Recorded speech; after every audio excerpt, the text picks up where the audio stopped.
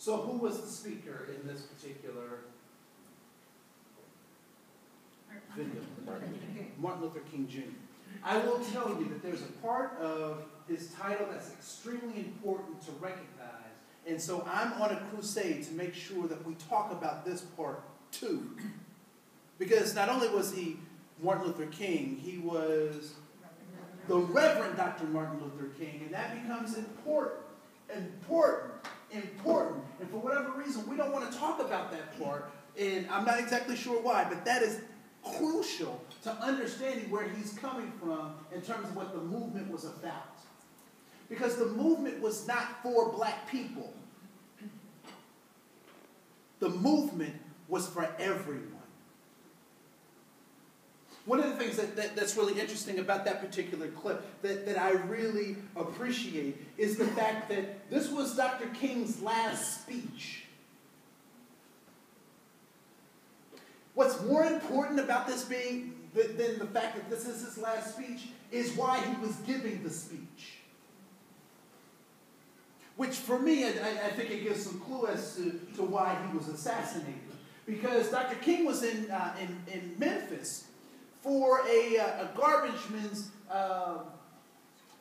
strike. Now, on their legislative agenda, in terms of what Dr. King's legislative agenda stuff, this was not supposed to be a part of what he was doing. He was fighting for civil rights. But all of a sudden, what he saw was injustice with these garbage workers. Now, the interesting thing was that the garbage workers weren't all black. So wait a minute, we have this Dr. King dude who it was cool when he was just doing the black thing, but now he's trying to get poor whites involved in this thing. Wait a minute. So part of his goal, his objective, his agenda was to knit the souls of humanity back together, to crush those obstacle illusions. And his faith was the fuel that he used to make that happen. Because I wonder what might give one the courage to know that you're showing up at a rally and there are police officers, that the state sanctioned folks who you paid your taxes to, prepared to wound and injure you.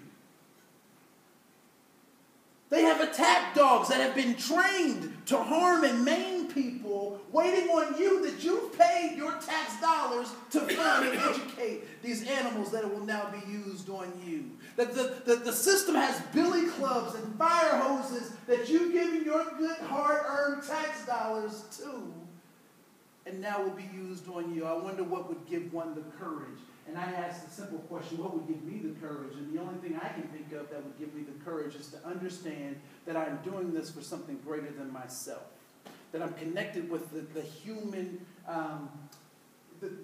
human need to strive, to be free, to be able to have self-expression, and that those systems were not it. And so I go back to faith being an important part of what led to that struggle.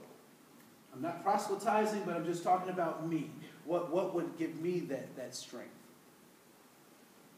So what were some of the themes that you heard Dr. King address, mention,